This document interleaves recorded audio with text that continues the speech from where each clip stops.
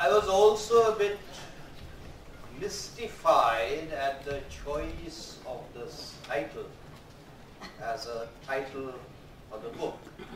It's of course been chosen as a title because one of the essays in the book bears that name. But it may convey the wrong impression. There are probably few people who do not know Sunita. And I don't think anyone is indifferent in views towards Sunita.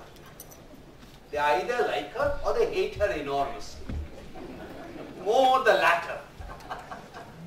So they might interpret this as Sunita's way of telling the rest of the world that this is why I do not tolerate you, and this is why you can't tolerate me.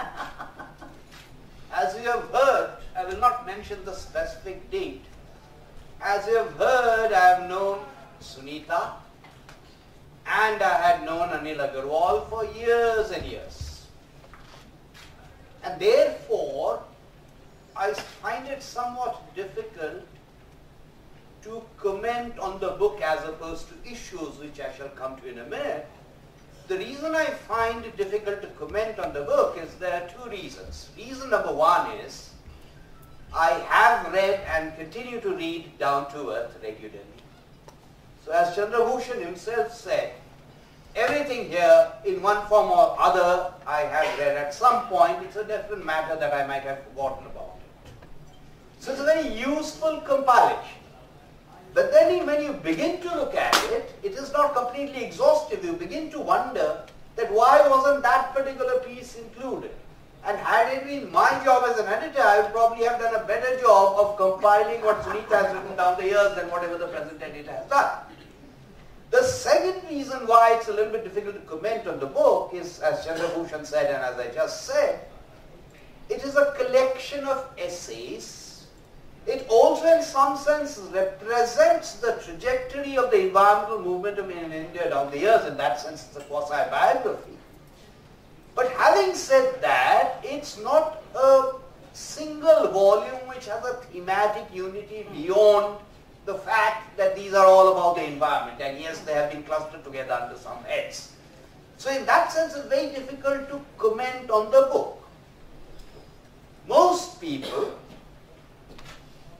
who deal with the environment, I find very difficult to have a conversation with.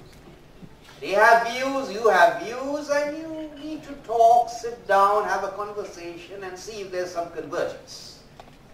Most people who are in the environmental movement, in my view, are not quite like that. You cannot have a conversation. Sunita is remarkably different, and let me stress this. That's my personal view. There are others who disagree with this proposition. I have always found Sunita perfectly amenable to reason, even when you may have views that are different from hers. What are my views on the environment, on the environmental issue? There are 3 or 4 major points that I want to make.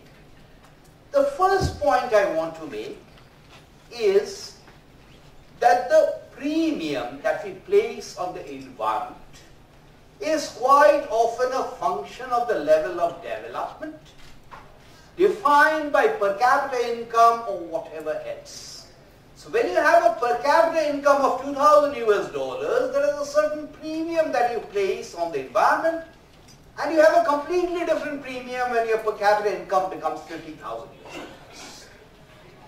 And therefore, I find it completely unreasonable that norms of environmental protection that the developed countries articulate now, when the average per capita income is probably something like at least $40,000 US, and try to impose them on the rest of the world, I find that unacceptable as a proposition, just as I find it somewhat unacceptable as a proposition that norms that are devised in Delhi for environmental protection are sought to be inflicted and imposed on states like, let's say, Jharkhand or Orissa. So this is one proposition. The second proposition is that quite often when we are talking about problems with the environment, it is a question of not getting the prices right, not pricing damage to the environment adequately. And I'm not talking about incorporating that in national income accounts. That's a slightly more messy exercise. I'm talking about pricing, for example, water properly so that efficient usage results. So secondly, it's about appropriate prices. Thirdly, and this is linked in some sense with the first point that I made, it is also about decentralizing property rights. Everyone agrees or should agree that governance in India has been excessively centralized.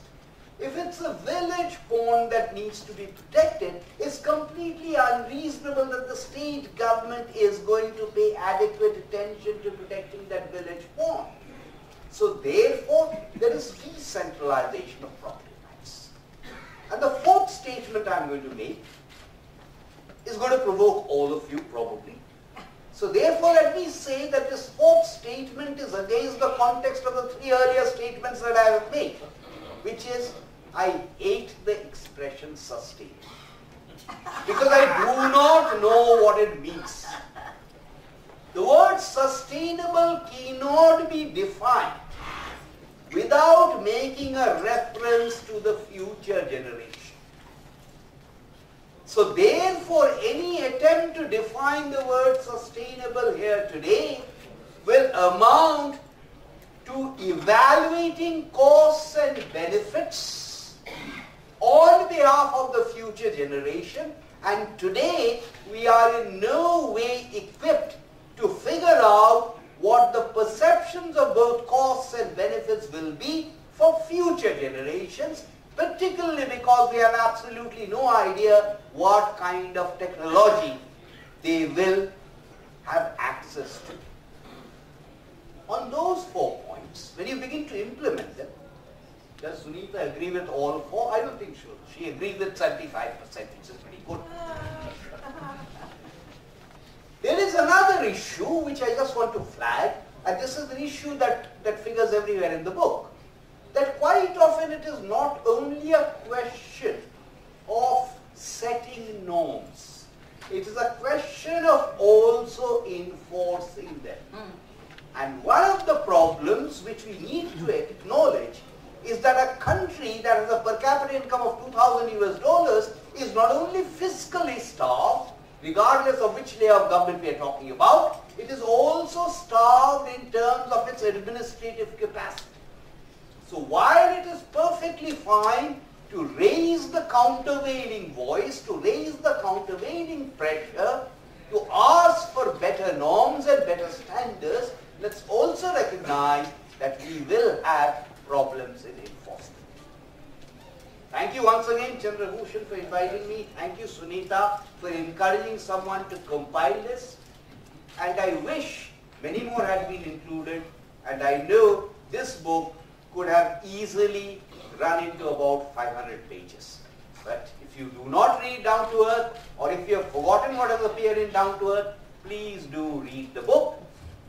Everyone who has read Sunita knows she writes very well. So therefore this book is also very, very well written. Thank you. I'm sure Sunita will respond to some of your propositions. Okay. Raj? Okay. Good evening, everyone. I've got a bit of a cold, so my voice will sound a lot more nasal and probably gravelly than it should. But it's a pleasure.